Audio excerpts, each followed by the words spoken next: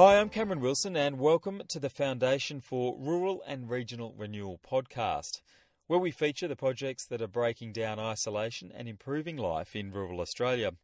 This week, it's Physically Fit, Mentally Fit. We're taking a look at some community-run projects that are getting small towns in much better shape and improving mental health in the process. A little bit later, a mental health advocate will explain just why regular exercise with others is so good for your mental well-being. But first, how to actually get community fitness programs happening with a little help from the FRRR. We all know that rural Australia does not have the best reputation when it comes to staying in shape. And Windorah, which is in Western Queensland, just on the edge of the Simpson Desert, well, Windorah is no exception. But a small group of locals have actually started working out regularly and they're getting excellent results. An FRRR small grant helped to set up a public gym that's based in the community hall. And the local police officer, Paul Jackson, who has a bit of fitness experience, he's taken on the role of trainer. Now, this started pretty small, some basic fitness training with just a handful of people. But as Paul explains, it soon started to catch on around town. There was a 4 group of 6 of us that did it for 2 months with some significant results. With a couple of them had some really good results. And then other people started seeing, when they saw the results, before and after shots, because obviously seeing the same person over months, they couldn't really see the difference. Once they saw those differences, we got a group of 16 overnight. Now that's not bad for a town with a population that is not much more than 100 people. The FRRR grant was used to help buy an exercise bike, a rowing machine, some weights and some boxing equipment. And the gym has been set up with 24-hour access. That's because so many of the locals either work shifts or work long hours. Now this has worked really well, and now Paul says interest around Windorah is so strong that he's actually planning more group workouts. People tend to operate a lot better too, working as a group, doing boxing and sort of a CrossFit group going as well, building on core strength in that. Quite a few of the guys are really keen to engage in the boxing. They want to get in and do boxing training and whatever. So we'll do that, and the girls are really keen to do the core fit stuff, and they want to do self-defence as well. But we'll see about that one, how we go with that. That's Paul Jackson, the police officer turned personal trainer in Windorah. You're listening to the FRRR podcast. This week the theme is Physically Fit, Mentally Fit, how a small grant can improve physical and mental health in rural towns. Coming up, you'll hear a bit more on why a program that is first and foremost about physical fitness can be a really effective way to address mental health issues in a community. But before we get to that, to New South Wales now, and a little town called Deepwater. Now, Deepwater's a farming town. It's got a school, it's got 2 pubs. It's about half an hour from Glen Innes, which is between Armidale and Tenterfield. In Deepwater, there's a program called Friends with Health Benefits. It's only just started, and Pamela Benton is running the project. We got funding for 12 participants to work with a local organisation called Rural Fit, and they've done their first round of assessments, we're calling them, just to have a look at their current physical health state, do a few basic measurements and things.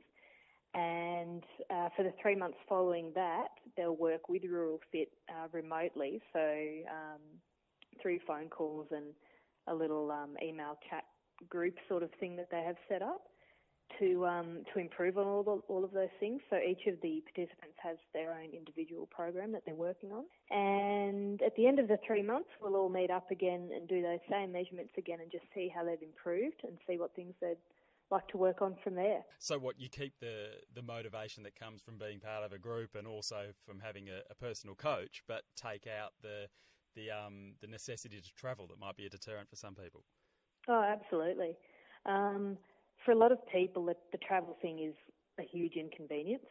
There are some services in Glen Innes that do a little bit of coaching and things like that, and it is good, but it's mostly the things that you sort of need to be there for, and that's where Rural Fit are really good, is that they can work remotely and still provide that accountability. It's still early days, but what type of things, what type of activities will the participants be doing to improve their fitness? It's quite simple things that they're focusing on.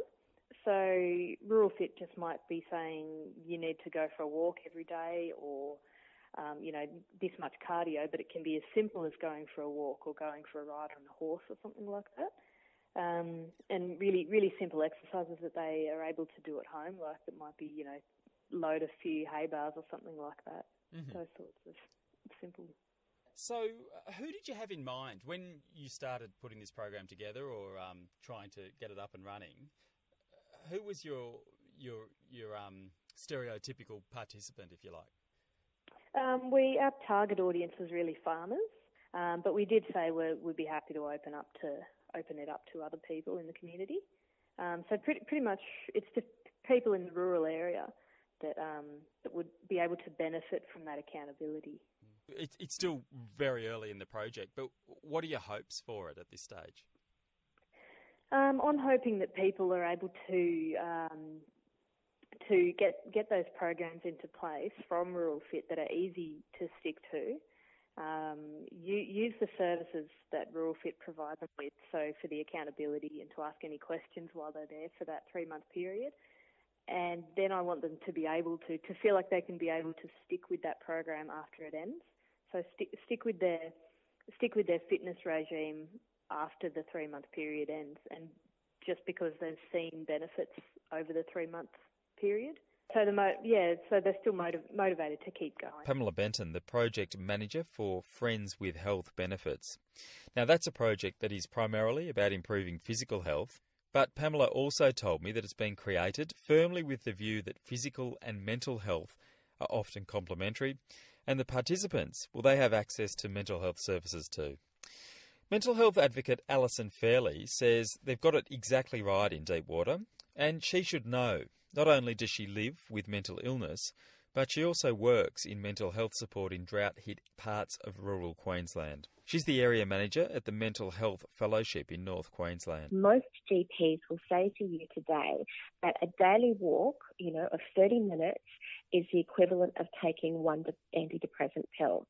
So I know in my own personal journey, I don't take antidepressant or any kind of medication anymore. I swap that for going for a walk every day. Now, I'm not a fit person, and people who know me know that. However, my walking is what keeps me mentally fit and keeps me mentally healthy.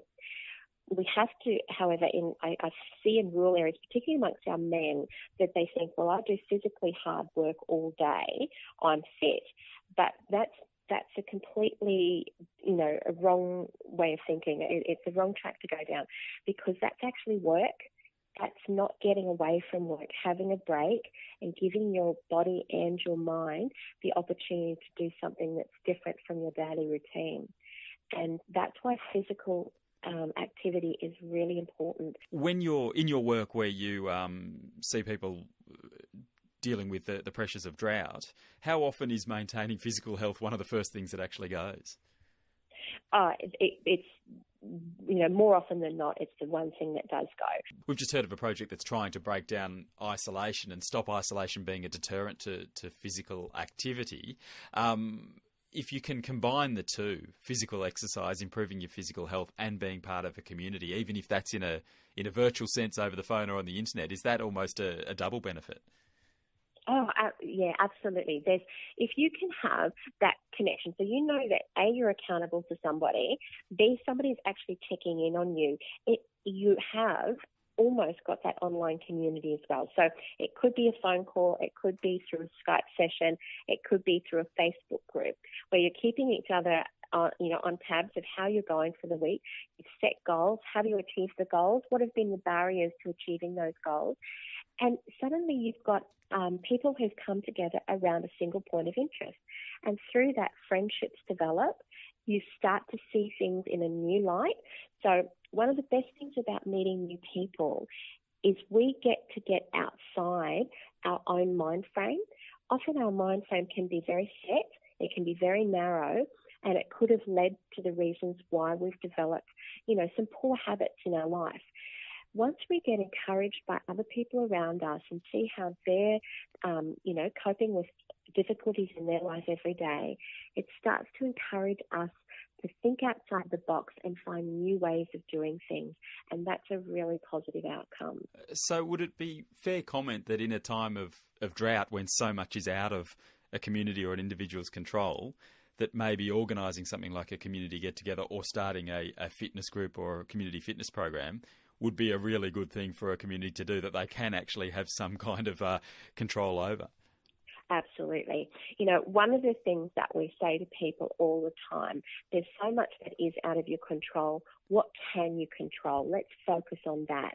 And the things that we can control are choices around what time we get up in the morning, when we go for a walk, when we exercise, what we put into our mouths, what we don't put into our mouths. So just controlling those smaller things on a day-to-day level can help us get through one day at a time. And having a group that can support you to do that makes it 10 times better. Alison Fairleigh on the mental health benefits of physical activity. Alison touched on community events there too, and why getting together is important. If you're interested in that, there's a lot more on the FRRR website. You can actually hear about community events in Windorah in outback Queensland and how community events there has helped during the drought. That's the FRRR podcast for today. In our next edition, how programs that are developed with the aim of helping kids during drought actually do a lot to take the pressure off parents too. Join me next time for that. In the meantime, there's lots of other information on the FRRR website. I'm Cameron Wilson. We'll catch up again soon.